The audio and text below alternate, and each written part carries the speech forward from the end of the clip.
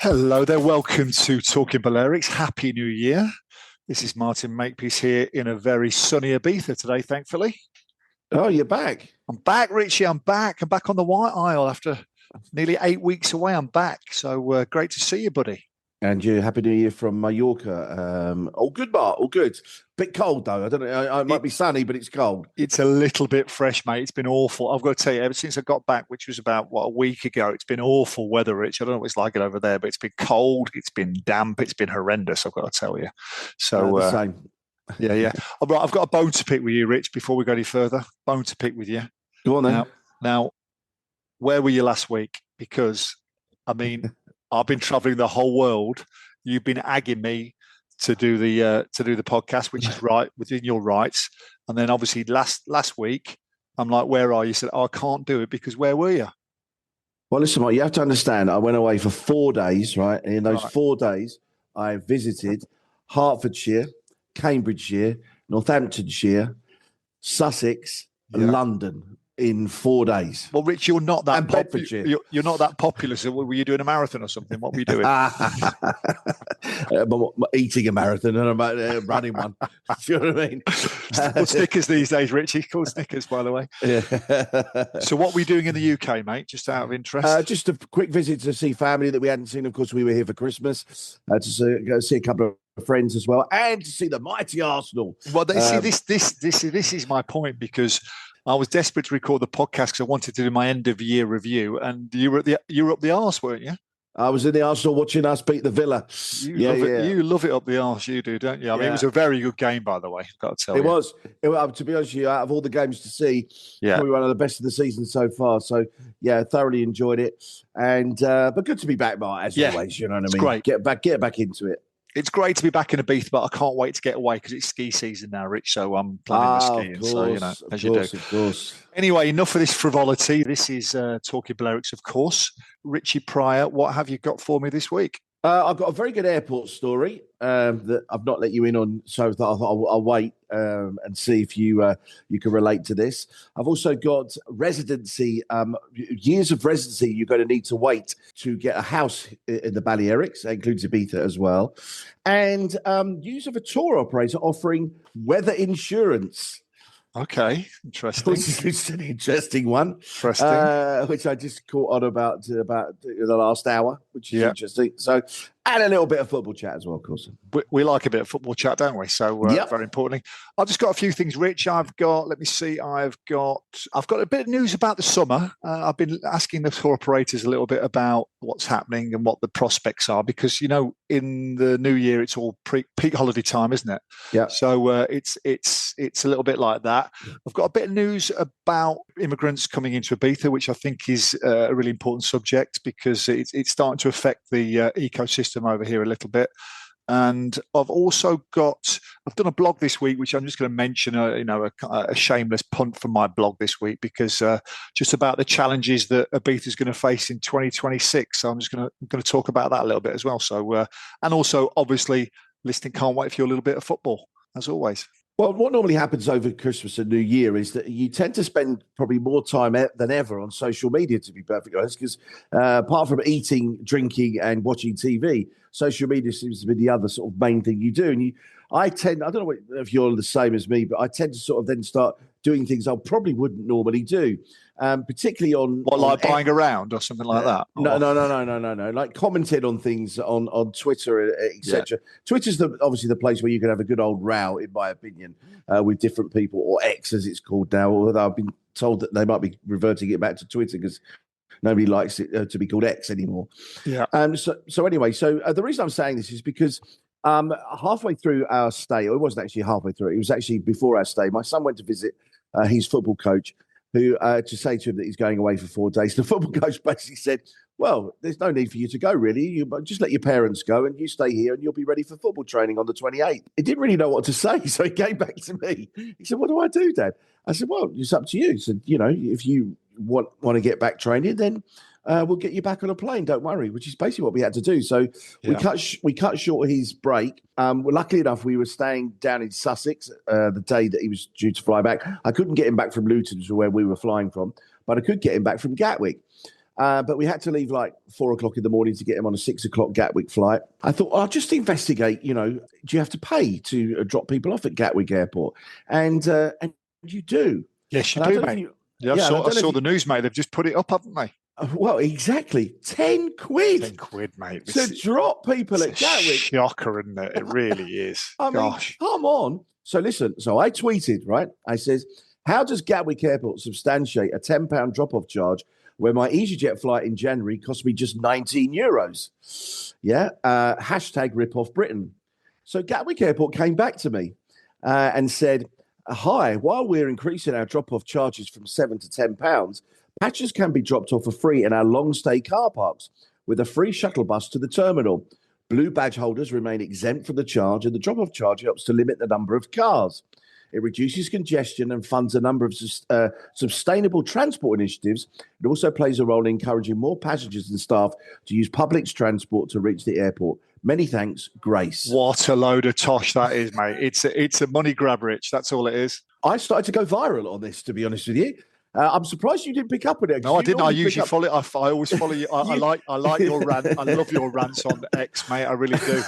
And So, by the way, they're very lucid, your rants are, by the way. I've got to tell you, I'm very impressed with your rants. Very kind. But this one got 11,500 views, which was, for me, which is, pretty good going.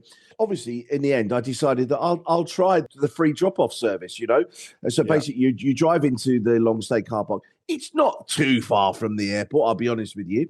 But it was freezing cold, as you can imagine. Then you had to wait for the bus, because obviously there wasn't a bus there. We couldn't get on the first bus because it was too full. Yeah, so we had to wait for the second bus. We got on the bus and it drove into the airport, and we got dropped off, and I took my son to the airport, etc., and everything else. So I thought I'd take a bit of time just to have a look and see what airports do charge to drop people off, because I thought, well, maybe Gatwick's just out on its own and doing its own thing. Well, between Gatwick, Stansted, Bristol, Southampton, Leeds and Bradford, the charge is £7 to £10, although Gatwick is the only place that's charging 10. It's £6 for 10 to 20 minutes at Heathrow, Birmingham, Edinburgh, Glasgow and Liverpool. It's £7 at Luton, because obviously that's where I was originally. Also at Manchester, Newcastle, Bournemouth and East Midlands. And the only free options in the UK right now are Cardiff, London and Inverness. I don't like it, Rich. I mean, it costs nothing to drop off at Ibiza Airport, by the way. I think you get a 10-minute window. I think you get your ticket and out again, which is the way it should be. Same in Palma. I think it's 15 minutes in Palma, but similar. Also, Rich, have you seen that all the way around there? They've got yellow, so you can't drop off there. And they've got cameras as well. So I don't like it, Rich. I mean, they say it's sustainable. Is it? Heck, it's just pure profit driven. It's as simple as that. I mean, how many people dropping off a day? Well, no, exactly. And obviously, the more and more people that need to take the free service, obviously, the more and more buses that will be running around everywhere and everything else. And exactly. Not very environmentally friendly, is it? Well, no, number one. And also, in reality, if you're just dropping off, you're literally going to be there, 5-10 seconds? You're saying goodbye to somebody and that's it. They're gone. Do you know what I mean? Now, I was interested to know, actually, were airports around the world? So I did a bit more investigating. Airports around the world. God, you really did have a lot of time on your hands over Christmas, didn't you? There you go. You see. So Paris, Charles de Gaulle, how much does it charge? €5. Free. Madrid, Barajas, how much does it charge? That's free, because I've dropped off there many a time. Okay. Frankfurt in Germany. Free. I've dropped off there as well. There you go. New York, JFK. The Americans like £1 or $2, so I reckon $10. Free. Right, okay. Dubai International. Well, that's going to be free for sure, Dubai. Free. Yeah. Virtually every airport I went to around the world was free. So Gatwick trying to tell you that they're offering sustainable, and he said, out of old tosh. Gatwick Airport, be ashamed of yourselves. I mean, what happened, Richie, if you remember, it was there was some really bad cases of terrorism, wasn't the airports, and they really tightened up security. And it was after that they started charging people so they could monitor people to go in. So, I mean, all that old blarney there, Rich, I mean, it's nonsense. It's just money. It's simple as that. We all know that airports operate on a very keen profit margin. So, for them to just to put that old blarney in your face and say it's not about money when it is, sustainability my arse. Yeah, basically, exactly. Well, Exactly. Well said, sir. Exactly. Well, talking of airports, Rich, here's an interesting one, because I've talked to a couple of tour operators today, because I wanted to do a little bit of research into how the summer's going, because as you know, directly after Christmas and New Year on TV, it's literally just adverts for holidays, isn't it? Because people get through Christmas, all of a sudden they're like, what we're doing for Easter, what we're doing for summer. So interestingly enough, the word on the street is that peak season is going very, very well for the Balearics. Okay, in general, going very, very well. Low season, not so much at the moment. And you may find a bit of a price war, which it always is, to be fair, early season, April, May, June. Which is good for the consumer, of course. Absolutely good for the crude consumer. So if you are looking to come over early season, then have a look at prices. Interestingly enough, Rich, you've spoken about this a few times. Jet2 going to Gatwick, which you spoke about on the podcast a few weeks ago, has had a big effect on the fares out of Gatwick. Now, a friend of mine was looking for another one of our podcast subjects about the eclipse, the solar eclipse in August. He's looking to come over for a week.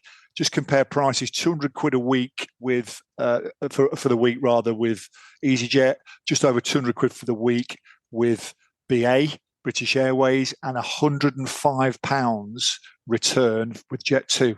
Okay, that's interesting, and that includes the 10-kilo luggage as well. Yeah. Okay. So it says to me where there's going to be a little bit of a price war this year, Rich. I think if bookings don't really have an uptick soon, then I think you'll find that are they bargains? I don't know. Are there flights? I mean, I always think £100 each way at peak season is about the right price to pay in July and August. So if you can get it any cheaper than that, then just keep an eye out. So if you are looking at your holidays at the moment, then maybe just look around, look at Jet2 holidays, look at EasyJet holidays, look at British Airways holidays as well. Compare the prices, because I think you might be surprised what you find. Well, I can link that scene very nicely to our next story. On the beach, their advertising campaign, of course, with Paddy McGowan. Is it McGowan? It's not McGowan, is it? What's his name? Paddy McGuinness. Paddy McGuinness, sorry, Paddy McGuinness. Booking geniuses, Booking geniuses. Yeah, he does. Yeah, it's good. Yeah. Yeah. So they are now offering free weather protection on 3-star jollies. So obviously, tour operators now, trying to sort of add some sort of, perk or whatever, or something to get people to book. So basically, what they're saying is, if you book a 3-star hotel, obviously within their program, of course, and also within the countries that they offer. So they're offering, I think they're offering it in about 3 or 4 different countries, of which the Balearics is included. Then 3-star hotel. If the weather exceeds their daily rain threshold, and it rains for 2 days or more, excluding the first rainy day, of course. I mean, you've got to go into this in great detail, which I have done, I'll be honest with you, because I was bored. We'll give you £50 for each rainy day, not per person, this is per booking, for each rainy day to compensate up to a maximum of £300. Okay, now, wow. Yeah, so, but you've got to go into the detail again, Mark. Do you know what I mean? As always with this.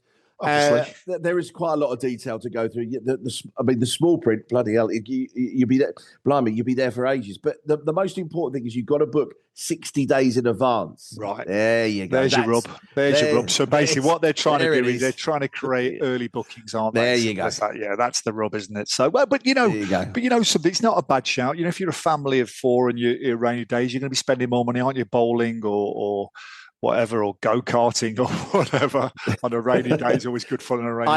I imagine if their product people are sort of true product people, they've already put that into the price of the holiday. They've already factored it in that if it does happen, then the money's there anyway. It doesn't matter. So, but interesting to see that come out. I think what they're doing, all the different companies now, they're just looking for little ways to leverage their product, aren't they, Rich? I mean, every couple of quid really matters, because the margins on holidays are so small. If they can make an extra £5 here, an extra £5 there, then so be it. I think that's what they do, isn't it? So we've got an immigrant crisis, Rich, haven't we? I hate to say we do, unfortunately. And let's get back to the real world over here in the Balearics, and it just doesn't seem to be stopping all the time. Now, there's a bit of a standoff between the local government of the Balearic government and also the central government and basically the Balearic government saying, you're not helping us enough because we're getting all these boats washed up, immigrants, a lot of unaccompanied minors as well, Rich, lots of unaccompanied minors, which I'll come on to in a minute. The Balearic government, which is the centre-right PP-run Balearic government, is at war or fighting with the centre-left PSOE-run central government and saying you're not helping. Now, the government have asked Ibiza or have suggested that they build a centre for menores, which is a centre for children who come over unaccompanied. So there's a lot of people lots of kids rather, come to the Balearics on boats without their parents, like 15, 16, or even younger. But there's pushback on this. The Ibiza government doesn't want to do it, and I understand why.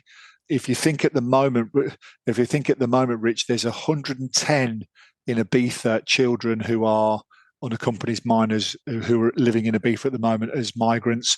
On top of that, there's 100 from the system already. So there's over 200 kids now in Ibiza who are being looked after by the local authorities. And they say they can't cope. So they're looking for more ways to be helped by the central government. But the central government doesn't seem to want to be able to help, Rich. So I think it's an untenable situation, but there's a bit of a standoff. I don't blame Ibiza for not wanting to build a children's home. It's not really the way forward, is it, Rich? You know, it's a bit Dickens-esque, isn't it, to build a children's home and put kids in an orphanage, for want of a better word. So there's a bit of a standoff. You know, it is New Year. We have to get back to reality. The Christmas holidays are over, and it's just a slap round the face for the reality of the situation here in Ibiza. One thing I do want to mention, Mark, because this is something that we haven't talked about yet, but I thought I'd quickly mention it because you mentioned about your friend searching for flights for the what do you call it? The solar eclipse, mate. Thank you, the solar eclipse. Yep. There is talk that an armada of cruise ships sailing to Mallorca for the solar eclipse in August. So it could be an opportunity, maybe, because obviously accommodation is going to be quite hard to get. Because I think we talked about this a couple of weeks ago that we're talking about 80% already occupancy in August. So a cruise line like a P&O cruise or Viking or whatever, quite a few of them are actually doing cruises that will call into Palma on the night or the day of the eclipse. No, it makes sense, Rich. But we've only got room for so many cruise liners, haven't we? I think Ibiza's got room for 4. I think you've probably got room for 8 over there. Is it maybe? Yeah, but think about it, Mark. They could just dock out to see it. For sure. Don't have to be actually in the port itself. No, for sure, Rich. And also, they don't even have to be in Palma either. They just have to be in the vicinity, don't they? So exactly. It does make sense. And also, again, the cruise liners are looking to maximise, aren't they? So, of course, I wonder if they would sell day trips as well, because I'd book that for a couple of days, Rich. I would, go out on a cruise liner for a couple of days, watch the solar eclipse. It's not a bad idea. All inclusive. Hang on, Mark. Wait. Hang on a minute. Go on. Listen, the entrepreneur in you should have always been thinking about this. Do you not own a boat, Mark? I do, but I wouldn't want to be kind of moored up outside, for days. But I mean, I'm just thinking about on the top deck of the Royal Caribbean cruise, all inclusive, mate. That's what Pina colada in hand. Yeah? Exactly, yeah. For a couple of quid, I'm sure we'll get a discounted price, Rich, won't we? So, now, listen. Public housing is obviously been a massive talk of thing here in the Balearics. I think it's obviously in the UK as well. There's just a distinct lack of housing everywhere. Yeah. But in different, the normal rule is that you have to be, as a resident, you'd have to spend 5 years in order to get a property from a government, basically, a public housing, They call them protected oficial or whatever. But there are different there are different rules for different municipalities, i.e. a municipality can actually ask for an extension to that 5-year period. For instance, I'm looking at Esporles, that's governed by MES here in Mallorca. 7 years are required for housing development. Peguera, which is governed by Partido Popular and Vox, they are also looking at 7 years as well. Yeah. Inca, it's 8 years in Inca. And I think I saw Ibiza somewhere along the line. The Ibiza was definitely 5. It was definitely 5. But there was some places, I think it was Soyer, that was right, Soyer, the town hall in Soyer, which is PP majority, are looking to extend theirs to 18 years. 18 years. I mean, you can't blame them really, Rich. What they don't want is they don't want people come in who have been here for like 18 months and go to the front of the queue. So again, Rich, remember when we first had this conversation, I said they'll be protecting their own, won't they? And top of the list will be people that the politicians are friendly with or know very well for sure. So I kind of get it. It should be for residents. I mean, 5 years is the absolute minimum these days, isn't it, to become a resident? So I kind of agree with it. I would probably go to 10 years, Rich. That encompasses my kids and your kids as well, doesn't it? You know, people have been here forever and a day. So I think that is probably the sensible thing to do, but that doesn't surprise me at all. No, I think it's 10 years to get dual nationality or to get yourself a Spanish passport for us if we wanted to do that. Is that right? I think so, Rich. I mean, our children would. In fact, it's something I need to do for my kids because I want to get them a Spanish passport because they've been to school here as well. You don't have to go. It's very straightforward because they've done the ESO, which is the education secundaria. That's it. Yes. So because they've been through the schooling system, our children automatically qualify for a passport. It takes about a year, Rich, by the way. It takes about 11, 12 months to get it, but it would be automatic. But I think that's probably a sensible thing for me to do because that would just enable my kids to move around Europe as and when they want to, rather than just be stuck in the 90-day rule. Am I right in saying also, Mark, that they would have to give up their British passport? Yes, they would. That? Yeah, that's right. Yeah. You have to give in. Spain do not recognise dual passports, so you give in your British passport and then you get a Spanish passport. But to be honest, Rich, I don't think it matters these days as well. And as we know, it means that you can go to different queues in the airports, and it's as simple as that. Sometimes it's just an easier way of doing things. But I've been saying I'm going to get one for 2 years and never got around to it. But I do need to get on with these things. We have travelled actually, obviously, since the new rules have come in. We went through the sort of the Spanish side with the passport and our TIE cards and got through quite quickly, to be honest with you. I tried when I came back from Doha, when I was coming on the way back from Perth. I tried that, but they wouldn't let me, so I had to go through the other one. So right. I think when you come off maybe a intercontinental flight, things are different. I don't know, Rich, but I tried it, but they were having none of it, so we had to go through the non-EU passport thing there as well. Rich, I've blogged today. I don't want to shamelessly plug my blog, but you should read it. But he's going to. Yeah, of course. You should read it, maninsanan.com. Something I wrote when I was in Australia, actually, on the beach, and just thinking about the new year and things basically that we talked about. I mean, you gave me a great inspiration when I was writing this blog, Rich, to be honest, because it was like things that I don't want to write about. I'll just check Richie's blog and I'll just forget those then, shan't I? So, you know. Hey, new year, new goals, mate, and all that. So I just wrote a blog today, just basically about the challenges that Ibiza are facing, and also in many ways it extends to Mallorca, Rich, as well. So big challenges today, tourism model, which is tourismophobia, which talk about housing rental crisis, which we talked about that as well.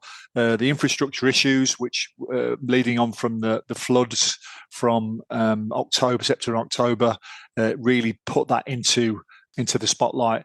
Environmental issues, because way that you marry up tourism against environment, isn't it, Rich? You know, things we struggle, as we said, we struggle with over here. I think peak season we struggle with it, but low season, if you go out at the moment, the environment's beautiful at the moment because there's no one here, Rich. In fact, today it's King's Day. Today it's the 6th of January. We're recording this King's Day there. So roads are empty. There's no one around, mate. Exactly. There's no pressure on the ecosystem today, Rich, for sure. No. One that that always comes is the seasonal workforce, the services. You know, so if you do want to read a bit more, read my blog maninsanan.com, and it just gives you a little bit of an overview of the challenges that Ibiza is facing. I mean, listen, the glass is half full, Rich. I'm trying not to be negative, but also, you know, I think our job here is to be realistic as well, Rich, isn't it? You know, and we can't, you know, say everything's rosy all the time. It is most of the time, isn't it? But not all the time as well. But so just check my blog out today. I'll give me something to do when I'm defrosting the fridge, I suppose. Well, you know, when you're on the bog later, mate, just have a quick look, mate. You know? Exactly. Come on, Rich, finish him off with this soccer story. Oh, well, I don't really want to talk about it, to be honest with you, because Real Mallorca played their first game in the new year after a couple of weeks break and were downright awful, to be perfectly honest. I have to hold my hands up and say, as a season ticket holder, I didn't go to the game on Sunday. I'd watched my son play Sunday morning. in the driving wind, rain, and freezing temperatures. And decided that what should I do? Sit in front of the fire watching Manchester City against Chelsea, or go and freeze my proverbials off watching Mallorca play Girona, which is a relegation 6-pointer. But you are a fair weather supporter, Rich. We've already established that fact. Exactly. So I decided that the fire in Man City and Chelsea was a far better option, and didn't go. And actually, by judging by all accounts, I'm glad I didn't. It's a bad loss. It's a bad loss, Rich, isn't it? Really bad loss. That I mean, it's a genuine 6-pointer. That was, Rich, wasn't it? Really? Yeah, and to be honest, Mallorca were on a four-game unbeaten run. To be honest with you, I mean, a lot of draws in that 4 games. But anyway, but now Mallorca line 16th place on 18 points, just 2 points clear of relegation. So it's going to be tough, but it's going to be a tough second half of the season. Well, you've got a feeling that Valencia will get out of it, because they usually do, don't they? They usually get out of it. So, I mean, Girona, they've got money, and they've got the Man City money behind them. So it's going to be a real scrap. Sociedad Vallecano, you're going to have to hope that one of those teams above you gets dragged into it, Rich, because I mean, it's very close down there, isn't it? I mean, it's one from about 7, isn't it? One from 7 clubs. So yeah, I mean, there's Levante and Oviedo down the bottom. You know, those are the 2 teams you look at and go, they look gone. They look gone. Although Levante did get a win at the weekend, which didn't help. Valencia, you're right, have got money, could get out of it, although I haven't won in 5 as far as I can see. So if you look down that list all the way up to, say, maybe Osasuna, who lie in 12th, there's not many wins amongst those teams right now. So there might be teams worse than Mallorca right now. Let's play devil's advocate, Rich. You're only 3 points behind 10th. So, you know. Well, yeah, that is true, mate. It's very tight, mate. Very tight. It's very much like the Premier League right now. Do you know what I mean? You've got so many teams in that mid sort of section of the Premier League right now, you know, batting out, and every team seems to be beating every other team right now, which is a bit of a strange one.